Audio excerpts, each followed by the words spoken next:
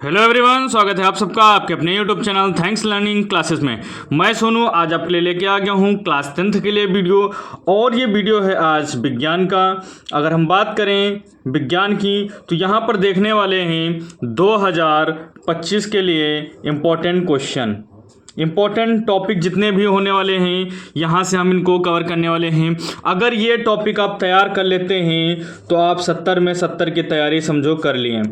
अगर 70 में 70 लाना चाहते हैं, एक अच्छा स्कोर करना चाहते हैं, तो यहाँ पर जो ये 50 प्लस में पॉइंट दिख रहे हैं इनको आपको तैयार करना पड़ेगा। ये पूरी किताब के 50 प्लस महत्वपूर्ण टॉपिक हैं। इन्हीं से क्वेश्चन बार बार पूछे जाते हैं। क्वेश्चन पूछने का तरीका चेंज हो सकता है लेकिन पूछे इन्हीं टॉपिकों से जाते हैं। तो बिल्कुल इन टॉपिकों को आप तैयार कर लीजिए। देखते हैं कौन कौन से इंपॉर्टेंट यहाँ पर पूरी बुक से टॉपिक होने वाले हैं। तो सबसे पहले यहाँ पर देखेंगे संयोजन तथा वियोजन अपक्रिया। संयोजन तथा वियोजन अपक्रिया इसको आप तैयार कर लेंगे। उसके बाद यहाँ पर देखेंगे ऊष्मक्षेपी तथा ऊष्मशोषी अपक्रिया। यहाँ पर जो ये टॉपिक हैं हमने यहाँ पे टॉपिक दिए, इनकी परिभाषाएं, इनके उदाहरण, ये सब आप अच्छे से ज़रूर तैयार कर लें। ठीक है, यहाँ पर सिर्फ और सिर्फ टॉपिक का नाम हम बताने वाले हैं और 50 प्लस में टॉपिक हैं। अगर इनको आप तैयार कर लेते हैं तो 2025 में शानदार और बेहतर आप नंबर लेके आएंगे। उसके बाद देखेंगे रासायनिक समीकरणों को संतुलित करना। रासायनिक समीकरण को कैसे संतुलित किया जाता है ये आपको सीख के ही जाना है। संक्षारण तथा विकृत गंधिता क्या होती है उसको पढ़ के जाना है। यहाँ से टिप्पणी लिखने के लिए आता है, मोस्ट इंपॉर्टेंट क्वेश्चन है, जरूर से तैयार ही कर लें इसको। ठीक है, जरूर से तैयार करके जाएं। उसके बाद है अम्ल, क्षार तथा लवण की परिभाषा और उदाहरण याद करके जाना है। ठीक है, उसके बाद यहाँ पर देखेंगे बेकिंग सोडा क्या है, बेकिंग सोडा बनाने की विधि।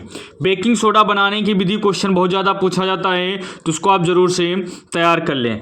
उसके बाद है धावन सोडा यानी धोने का सोडा बनाने की विधि जरूर तैयार कर लें और इसके कुछ उपयोग होते हैं उनको भी तैयार कर लेना। फिर है प्लास्टर ऑफ पेरिस। क्या है प्लास्टर ऑफ पेरिस, पीओपी। इसके सूत्र याद कर लेना, इसके उपयोग याद कर लेना। तो यहाँ से आपको नंबर देखने को मिलेंगे। ये पॉइंट काफ़ी इंपॉर्टेंट होने वाला है, यहाँ से भी क्वेश्चन पूछे जाते हैं प्लास्टर ऑफ पेरिस से। ये जितने भी टॉपिक आए जरूर से जरूर एक बार कॉपी में लिख करके इनको स्पेशल तरीके से तैयार कर लें जिससे कि बोर्ड पेपर में नंबर आपके ना कटें। अगला पॉइंट देखेंगे जो यहाँ पर उदासीनीकरण अपक्रिया। क्या है उदासीनीकरण अपक्रिया, उसको आपको तैयार कर लेना है। फिर पीएच मान के बारे में पढ़ लेना है, पीएच स्केल के बारे में पढ़ लेना है। अम्लीय मान, क्षारीय मान, उदासीन मान भी इसी में आपको अच्छे से पढ़ लेना है जिससे कि जो एमसीक्यू क्वेश्चन आते हैं वो भी ना छूटने पाए। फिर आपको क्या पढ़ना है, धातु और अधातु में अंतर पढ़ लेना है और इनके जो गुण होते हैं उसको भी आप पढ़ लेना। बहुत ज़्यादा इंपॉर्टेंट टॉपिक ये भी है आपके लिए। फिर है धातुओं की सक्रियता श्रेणी। क्या है धातुओं की सक्रियता श्रेणी है, जरूर से तैयार कर लें। फिर है भर्जन, निस्तापन, गैल्वनीकरण यानी कि यह सदलेपन, फिर है परिष्करण। इन पे आती है टिप्पणी लिखने के लिए तो इनको जरूर से जरूर तैयार कर लें। ये सभी क्वेश्चन यहाँ से पूछे गए हैं विगत वर्षों में, तो ऐसे टॉपिक हम आपके लिए सेलेक्ट करके लाए हैं। यहाँ पर देखेंगे अयस्क, खनिज, उपधातु। अयस्क और खनिज में कभी कभी अंतर भी पूछ लेता है, उपधातु से एमसीक्यू क्वेश्चन बनता है तो इसको आप जरूर से तैयार करेंगे। फिर क्या है संतृप्त तथा असंतृप्त हाइड्रोकार्बन तैयार कर लेंगे। फिर उसके बाद देखेंगे जो अगला पॉइंट यहाँ पर है सजातीय श्रेणी। क्या है सजातीय श्रेणी, इसको तैयार कर लेंगे। फिर है IUPAC नेम, यहाँ से क्वेश्चन एमसीक्यू पूछा जाता है तो इसको आप ज़रूर से तैयार कर लेंगे। अगर IUPAC नेम आप पहचानने में आपको कोई दिक्कत होती है तो कमेंट करके बताएंगे तो इसको हम ज़रूर करा देंगे। उसके बाद देखेंगे 17 पॉइंट हो गए, अब देखेंगे 18 पॉइंट से। तो यहाँ पर देखेंगे 18वां पॉइंट क्या है साबुनीकरण अपक्रिया। साबुनीकरण अपक्रिया बहुत ज़्यादा पूछा जाता है तो इसको आप जरूर से तैयार कर लें, मोस्ट इंपॉर्टेंट क्वेश्चन है साबुनीकरण अपक्रिया। फिर है एस्टिलीकरण अपक्रिया। क्या है एस्टिलीकरण अपक्रिया। फिर है पाचन तंत्र। यहाँ से ये जो है चित्र वाले क्वेश्चन है तो ये बहुत ज़्यादा इम्पोर्टेंट है, इनको ज़रूर से तैयार कर लें। इसमें जो पाचन तंत्र से रिलेटेड है, आहार नाल, पूरा जो ह्यूमन सिस्टम होता है पूछ लिया जाता है कि मनुष्य के या मानव के पाचन तंत्र का सचित्र वर्णन करिए, और बहुत ज़्यादा ये क्वेश्चन पूछा गया है, तो इसको आप ज़रूर से तैयार कर लें। फिर श्वसन तंत्र आप तैयार कर लें। उसके बाद है उत्सर्जन तंत्र, यहाँ से भी ये जो चैप्टर है लाइफ प्रोसेस जैव प्रक्रम चैप्टर से लिए गए हैं टॉपिक, और यहाँ से फिगर वाले क्वेश्चन बहुत ज़्यादा पूछे जाते हैं। फिर है तंत्रिका तंत्र जरूर तैयार कर लें। प्रतिवर्ती क्रिया क्या होती है, इसको आप तैयार कर लेंगे। हार्मोन्स के बारे में अच्छे से पढ़ेंगे, लॉन्ग क्वेश्चन आता है यहाँ से। मानव मस्तिष्क के बारे में पढ़ लेंगे, यहाँ से MCQ क्वेश्चन भी बहुत बनता है, इसको जरूर से तैयार करेंगे और इसका चित्र भी तैयार कर लें।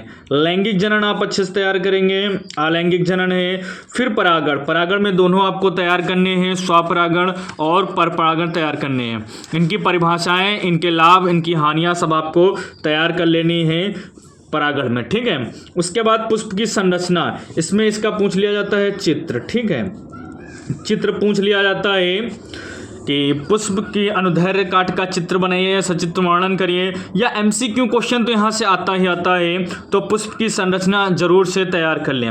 नर तथा मादा जनन तंत्र, नर तथा मादा जनन तंत्र वेरी इंपॉर्टेंट टॉपिक है, यहाँ से कोई ना कोई एक फिगर बनाने के लिए आता है, नर का आ जाए या फिर मादा का जनन तंत्र आ जाए, दो में से कोई एक जनन तंत्र पूछा जाता है, वो भी बड़े क्वेश्चन में आ जाता है, ठीक है।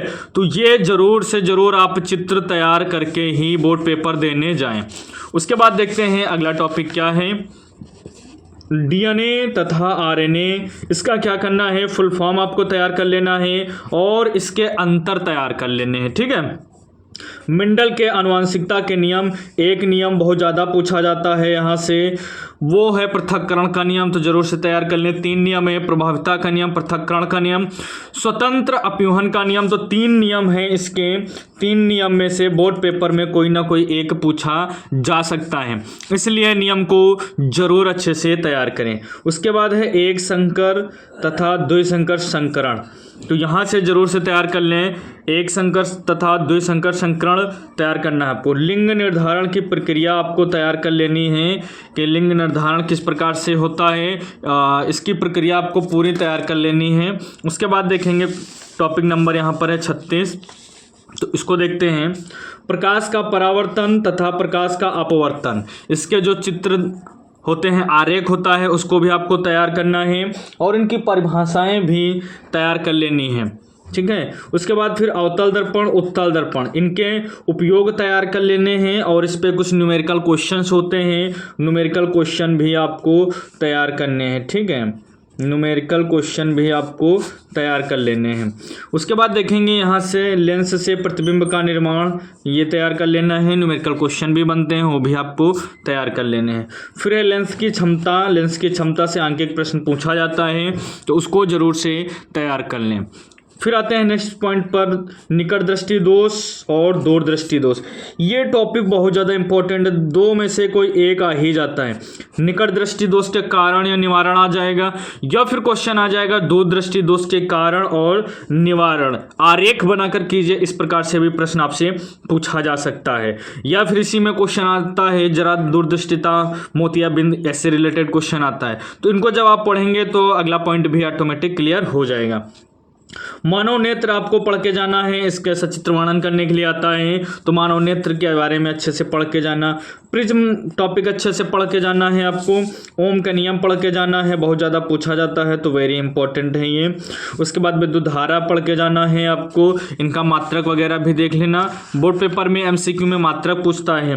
विद्युत प्रतिरोध आपको तैयार कर लेना है, श्रेणी क्रम संयोजन तैयार कर लेना है, समांतर क्रम संयोजन तैयार कर लेना है, चुंबकीय बल रेखाएं तैयार कर लेनी है और इसके जो गुण होते हैं उसको भी आपको अच्छे से तैयार करना है। बायो सेवर्ट का नियम भी आपको तैयार करके जाना है। फ्लेमिंग के दाएं तथा बाएं हाथ का नियम है, कोई ना कोई एक आ जाता है, तो वेरी इंपॉर्टेंट है, जरूर से आप तैयार करके जाएं। मैक्सवेल के दक्षिणावर्त पेंच का नियम है, इसको तैयार करके जाएं। विद्युत धारा के चुंबकीय प्रवाह, इसको भी तैयार कर लें। फैराडे का नियम है, इसको तैयार करेंगे। ओजोन परत बहुत इंपॉर्टेंट है, यहाँ से कोई क्वेश्चन नहीं बनेगा तो एमसीक्यू क्वेश्चन जरूर बनता है, तो इसको आप जरूर से तैयार करेंगे। ऊर्जा के स्रोत कौन कौन से होते हैं, इसको आपको तैयार करना है। परंपरागत गैर परंपरागत जितने भी होते हैं सब आपको तैयार करके जाना है। खाद्य जाल के बारे में आपको अच्छे से पढ़ के जाना।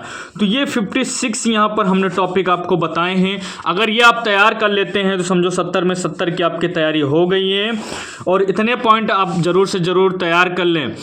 ये पॉइंट, कोई भी ऐसा पॉइंट इनमें से अगर आपको तैयारी करने में दिक्कत आ रही है तो आप कमेंट करके बताएंगे, तो हम आपके लिए वीडियो उस टॉपिक पे जरूर बना देंगे।